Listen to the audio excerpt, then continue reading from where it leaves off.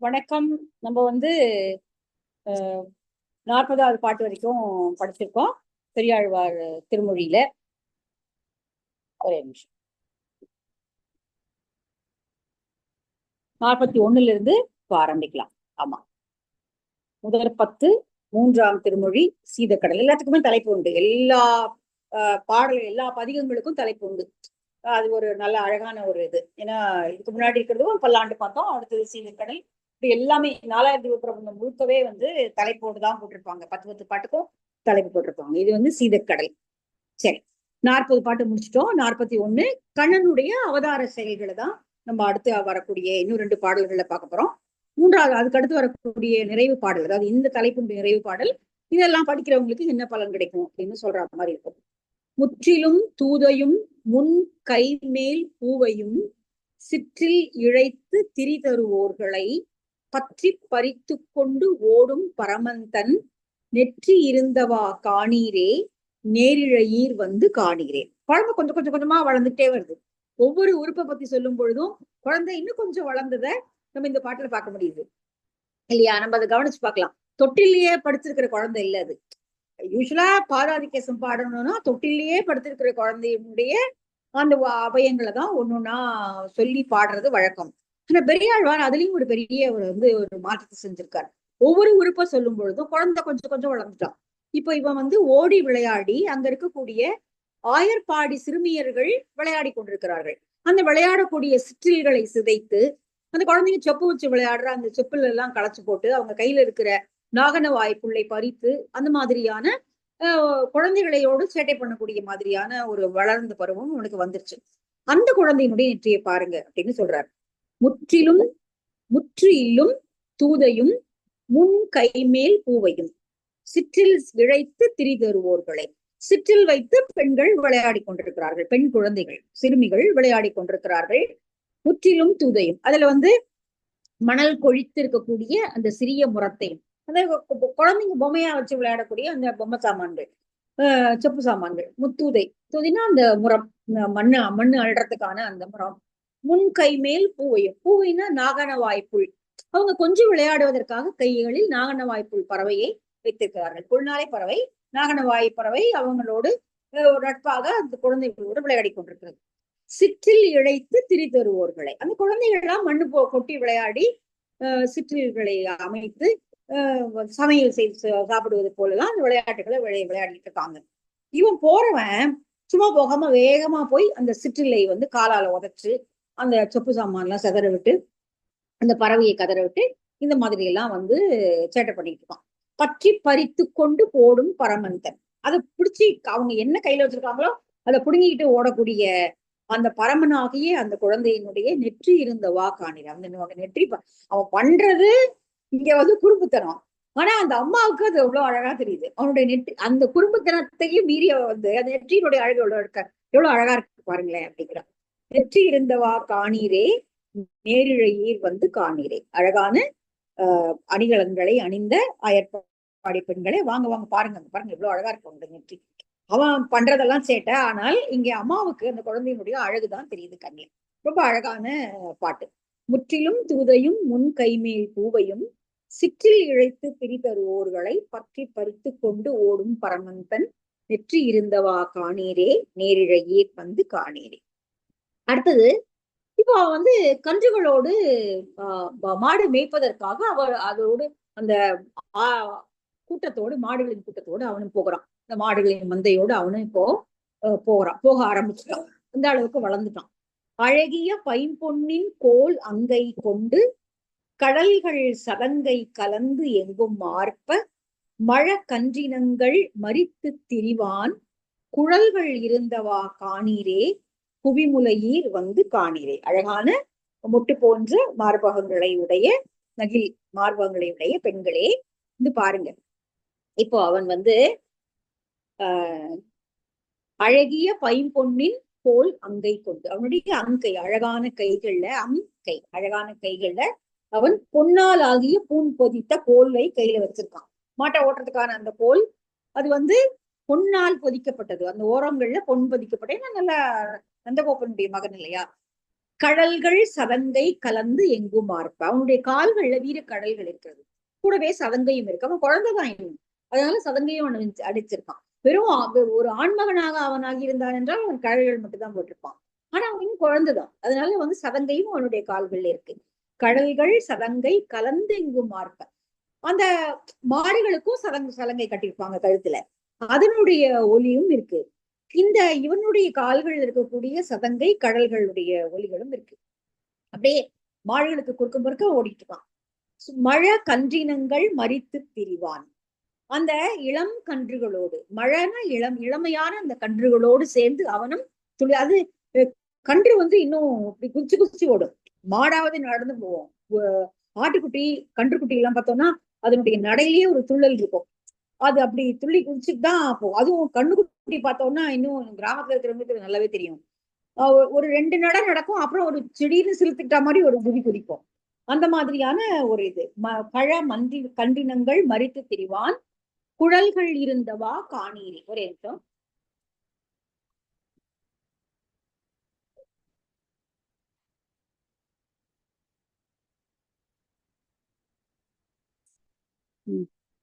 குழல்கள் இருந்தவா, அவனுடைய குழல்களின் அழகை, அதாவது தலைமுடி, அது சுட்டி விட்டிருக்கக்கூடிய அந்த முடியினுடைய அழகை பாருங்கள். இங்க குழல்கள்னா தலைமுடிக்குதான் குழல் அப்படின்றது உண்டு. அவன் கையில் இருக்கக்கூடிய குழல் இது பேசுதா அப்படிங்கிறதையும் நம்ம பார்க்கணும். ஆனா இந்த இதுல வந்து அவனுடைய குழல்கள் அப்படின்னு தான் கொடுத்திருக்காங்க.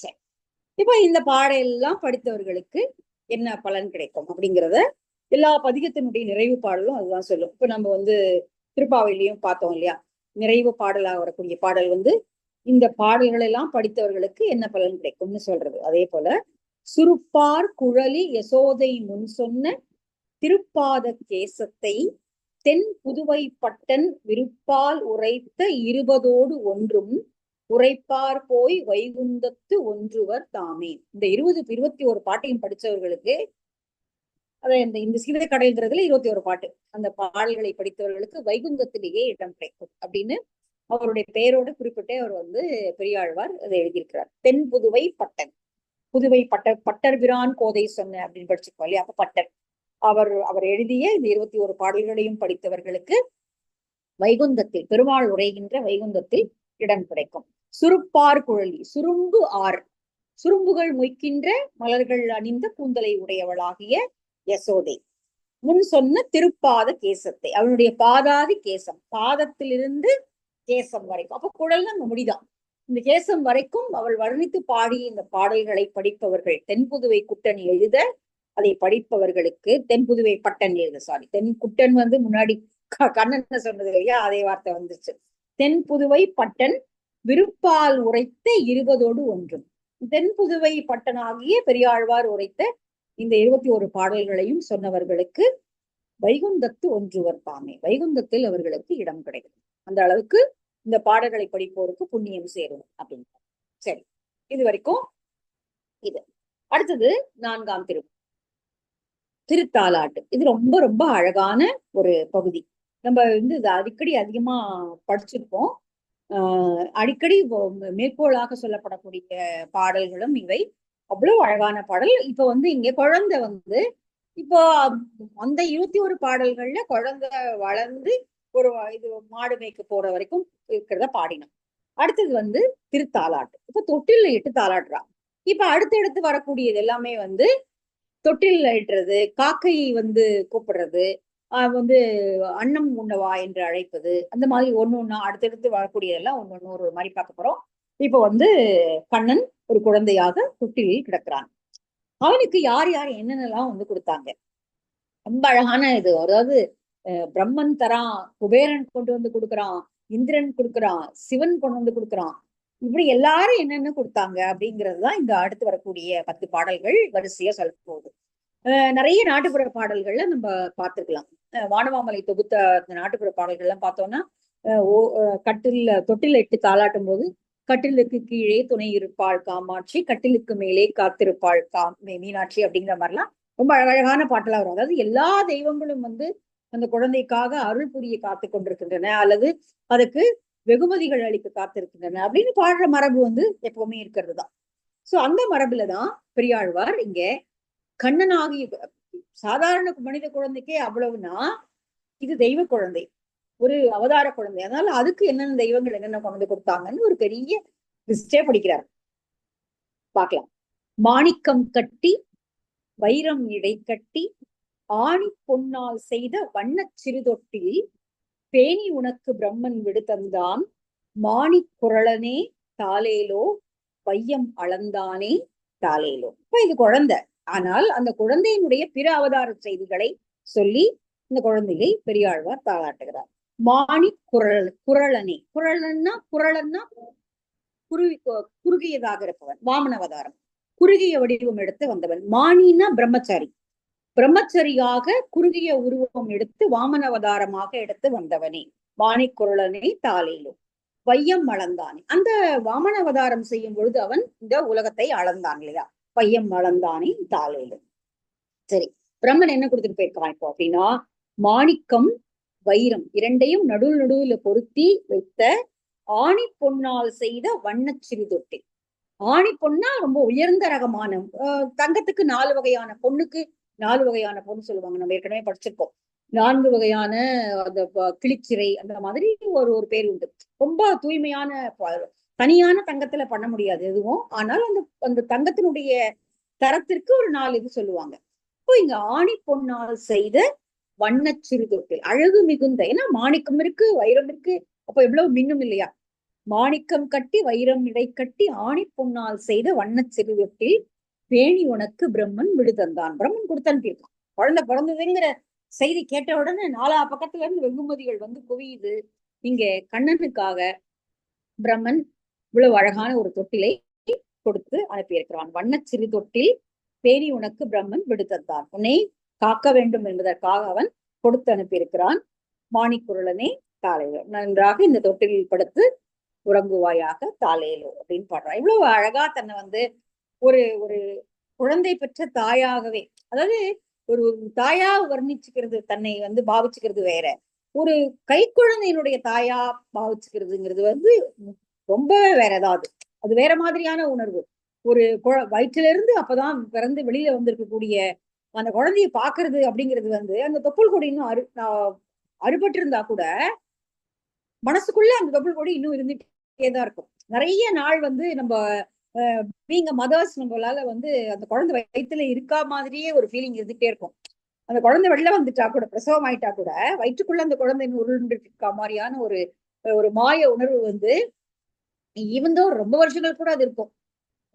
அதுபோ அதெல்லாம் ஒரு பெண்களுக்கே உரிய ஒரு இதுன்னா கூட பெரியாழ்வார் எப்படி அதெல்லாம் அவ்வளவு பாவனைகள்ல கொண்டு வந்து அதை பாடினார் அப்படிங்கிறது வந்து ரொம்ப ஆச்சரியமான ஒண்ணுதான். சரி, அடுத்தது வந்து இங்க கபாலி, கபாலி கொடுக்குறான். கபாலிங்கிறது வந்து இங்க மயிலாப்பூர்ல இருக்கக்கூடிய ஈஸ்வரனுக்கு கபாலி பேர். விடையேறு கபாலி, விடைன்னா எருவின் மேல் ஏறக்கூடிய, நந்தியின் மேல் ஏறக்கூடிய, நந்தியை வாகனமாக உடைய கபாலி பொழுது பரிசுகளை கொடுத்து அனுப்பியிருக்கிறார் குழந்தை பிறந்தது தெரிஞ்ச உடனே. உடையார் கணமணியோடு ஒன் மாதுளம் பூ இடை விரவி கோத்த எழில் தெழுகினோடு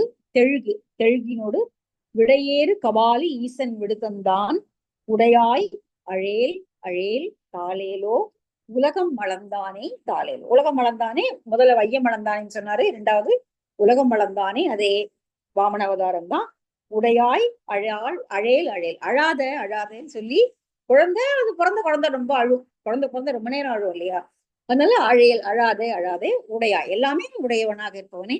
அது என்ன கொடுத்து அனுப்பினா கபாலி அப்படின்னா, எருதை வாகனமாக கொண்டு ஏறி செல்லக்கூடிய விடையேறு கபாலி ஈசன் விடுதந்தான் உடையார் கணமணியோடு, நடுவுல கோத்திருக்கக்கூடிய, இப்போ இங்க குழந்தைக்கு அரணாகயிறு கட்டிருப்பாங்க, அதுல பலவிதமான அலங்கார இதெல்லாம் வந்து கட்டியிருப்பாங்க இல்லையா. இங்க வந்து அரைவடத்தை இடுப்புல கட்டக்கூடிய அரை நான் கயிறை வந்து அரை நான் கயிறு அதை வந்து அனுப்பியிருக்கோம். அதுல வந்து நிறைய விஷயங்களை கோத்து மாதுளம்பூ போல இருக்கும். ஐம்படை தாலி கட்டுவாங்கன்னு சொல்லுவாங்க. ஐம்படை தாலிங்கிறது வந்து விஷ்ணு காக்குற கடவுள் அப்படிங்கிறதுனால அந்த விஷ்ணுவே குழந்தையை காக்குறார் அப்படிங்கிற மாதிரி ஐம்படை தாலியை சங்கு சக்கரம் அதை வந்து பொறிச்சு தங்கத்திலேயோ வெள்ளியிலையோ இது பண்ணி இடுப்புல, குழந்தையோட இடுப்புல அரணா கயிறுல கட்டுவாங்க. இங்க உடையார் கணமணியோடு அழகான மணிகள் இருக்கின்றன, கனமான மணிகள் இருக்கின்றன. நடுவுல அழகிய மாதுளம் பூ போன்ற இவ்வளவு அழகா இருக்கும் இல்லையா? ஒன் மாதுளம் பூ, ஒளி மிகுந்த மாதுளம் பூ அழகா நல்லா இப்படி இப்படி குஞ்சு இப்படி கவுந்திருக்கிற தாமரை மாதிரி இருக்கும் அந்த நிறத்துக்கும் அந்த இதுக்கும். இடை விரவி கோத்த எழில் தெள்கினோடு, அதனோடு அந்த கோவையோடு சேர்த்து கோத்திருக்கின்ற நடுநடுல கோத்து இந்த மாதிரியான மணிகள் இதோடு கோத்திருக்கக்கூடிய அரைநான் கயிறை ஈசன் விடு தந்திருக்கிறான். விடையேறு கபாலியாகி ஈசன் தந்திருக்கிறான். வையம் அளந்தவனே அழாதே உறங்குவாயாக தாளேலோ என்று தாலாட்டப்படுகிறார். சரி, அடுத்தது இந்திரன். இந்திரன் சும்மா இருக்கலாமா? இப்ப எங்க இருந்தெல்லாம் வந்திருக்குன்ற லிஸ்ட் வேற படிக்கணும் இல்லையா? இப்போ இதுல இன்னொரு ஒரு இதுவும் இருக்கு. இப்போ குழந்தை பிறந்தாலோ அல்லது ஒரு நல்ல காரியம் நடந்தாலோ யார் யார் என்னென்ன கொடுத்தாங்க, யாரு யாரு வீட்டுல இருந்து வரல, யாரு கொடுக்கல, நம்ம இவ்வளவு கொடுத்தோம் அங்கேருந்து என்ன வந்தது என்ன வரல அப்படிங்கிற அந்த கணக்குகள் எல்லாம் பாக்குற வழக்கம் எல்லா வீடுகளும் இருக்குதான். நம்ம இவ்வளவு பெருசா பண்ணோமே அவங்க என்ன பண்ணாங்க நமக்கு அப்படின்னு பாக்குறது. இங்கே ஒரு அம்மா யார் யார் என்னென்ன கொடுத்தாங்க அப்படிங்கிறதையும் பாக்குறா. பிரம்மன் கொடுத்துட்டு போயிட்டான், அடுத்தது சிவனும் கொடுத்துட்டு போயாச்சு. சரி, இந்திரன் என்ன கொடுத்து என்ன அப்படின்னா அடுத்து இந்திரன் ஒண்ணு கொடுத்துருக்கான். உவனாய் நின்றான். இந்த உவன் அப்படிங்கிற வார்த்தை நிறைய பெரிய இதுல பிரபந்தத்துல பயின்று வரதை நம்ம பார்க்க முடியும். உவன் அப்படின்னா இவன் அவன் உவன். இன்னைக்கு அந்த சுட்டு பெயரை நம்ம பயன்படுத்துறது இல்லை. அது இது உது அப்படிங்கிறதுல அதுனா தொலைவுல, கொஞ்சம் தொலைவுல இருக்கிறது. அது இதுன்னு அந்த பக்கத்துல இருக்கிறது.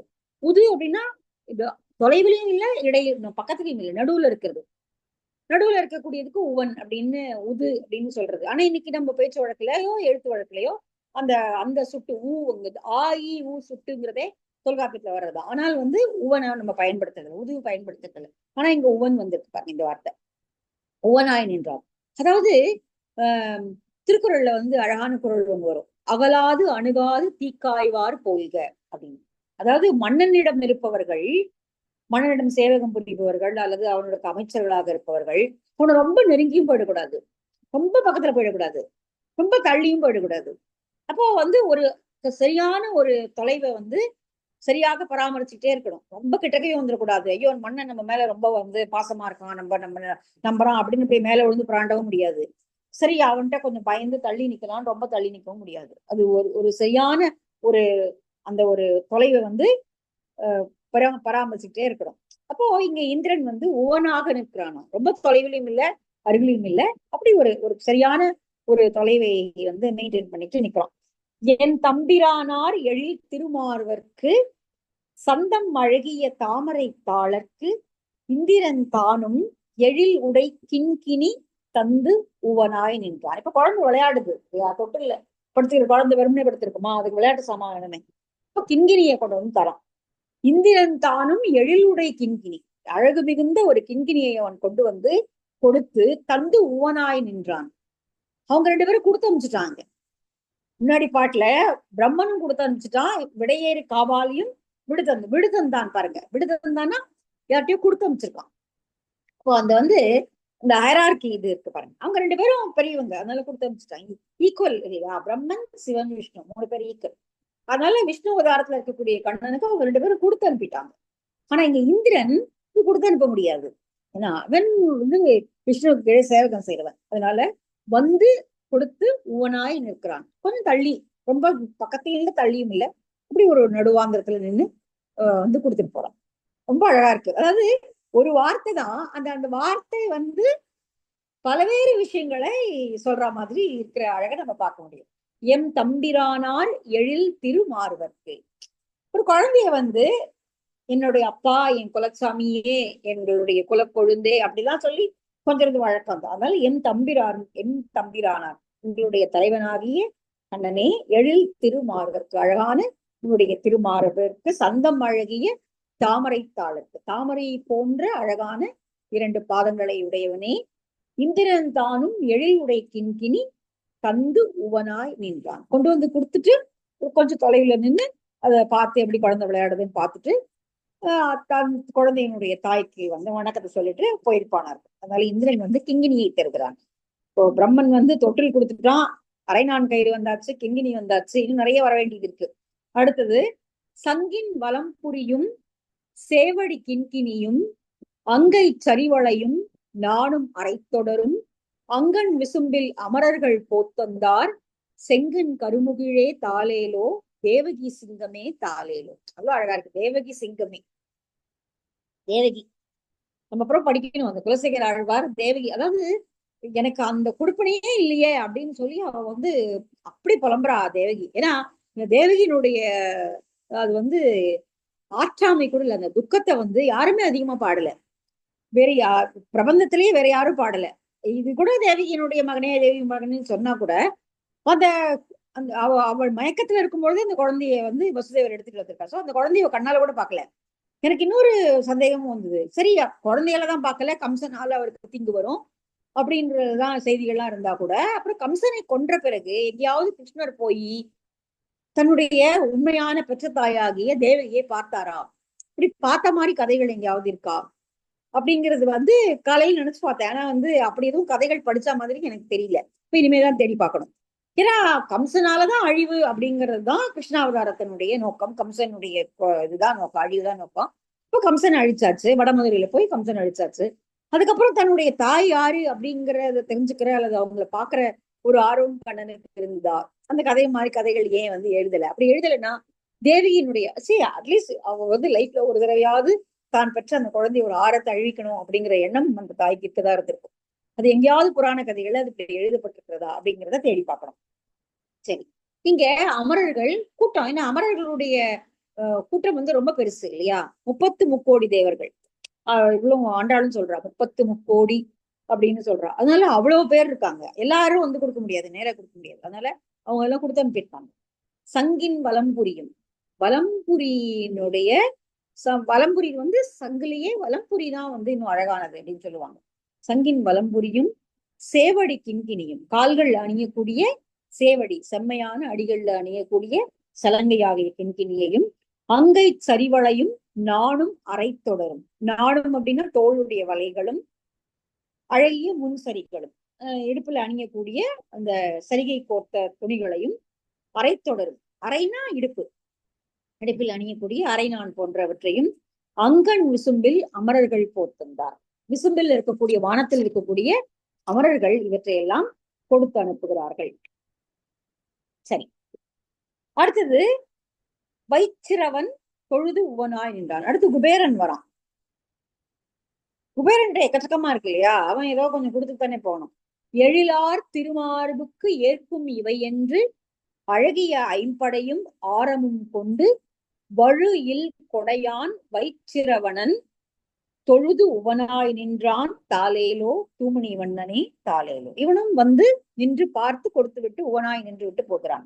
தொழுது உவனாய் நின்றார், கண்ணனை தொழுது நிற்கிறார். எழிலார் திருமார்புக்கு ஏற்கும் இவை என்று, அழகு மிகுந்த உன்னுடைய குழந்தையினுடைய திருமார்புக்கு இவையெல்லாம் தகுதியாக இருக்கும் என்று நினைத்து பஞ்சாயுதம் என்ற திரு ஆபரணத்தையும், பஞ்சாயுதம்னா இந்த சங்கு போன்ற இதா இருக்கலாம், ஆபரணத்தையும் மணிவடத்தையும், ஆரம்னா மணிகளால் செய்யப்பட்ட ஆரம்னா ரெண்டு மூணு வடமாக கோத்திருக்கிறது, அதுக்கு ஆரம் மாலை, அதையும் கொண்டு வந்து கொடுத்து வழுயில் கொடையான், குற்றமில்லாத கொடை தொழிலை செய்பவனாகிய குபேரன், வைச்சிரவணன் அப்படிங்கிறது குபேரனுடைய பெயர். குபேரன் கொண்டு வந்து கொடுத்துட்டு போயிருக்கான். தூமணி வண்ணனை, மணி போன்ற நீலமணி போன்ற வண்ணம் பொருந்திய கண்ணனை தாலேலோ தாலேலோ அப்படின்னு பாடுறான்.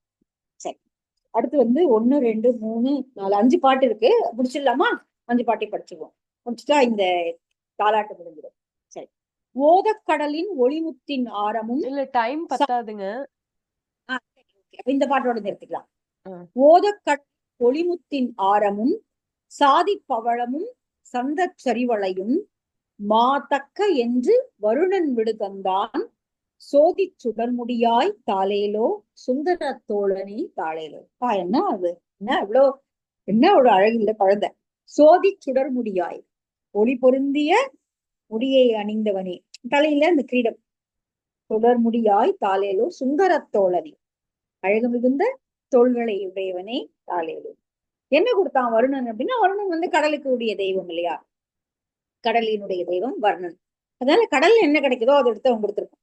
ஓதக்கடலின் ஒளிமுத்தின் ஆரம், ஓதம்னா ஆரவாரம், ஆரவாரம் செய்யக்கூடிய கடலிலிருந்து எடுக்கப்பட்ட புத்தால் செய்யப்பட்ட மாலை.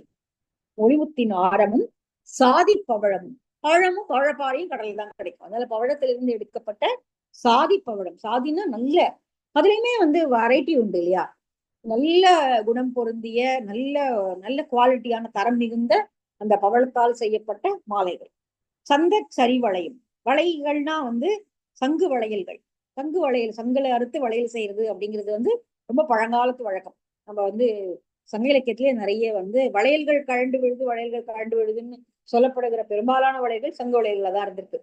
அப்போ வரி வளையும் மா தக்க என்று வருணன் விடுதல், இதெல்லாம் உனக்குதான் தகுதியாக இருக்கும் என்று சொல்லி அவன் வருணன் விடுதந்திருக்கிறான், கொடுத்து அனுப்பியிருக்கிறான். எனவே சுந்தரத்தோழனே தாளையோ, அழகாக இவற்றையெல்லாம் அணிந்து கொண்டு நீ தூங்குவாயாக அப்படின்னு சொல்லி சொல்றா. அடுத்து இன்னும் வேற யாரெல்லாம் கொடுத்து அனுப்பிச்சிருக்காங்கிறது அடுத்து ஒரு 3 பாட்டு வருது, அடுத்த வகுப்புல நம்ம பார்க்கலாம்.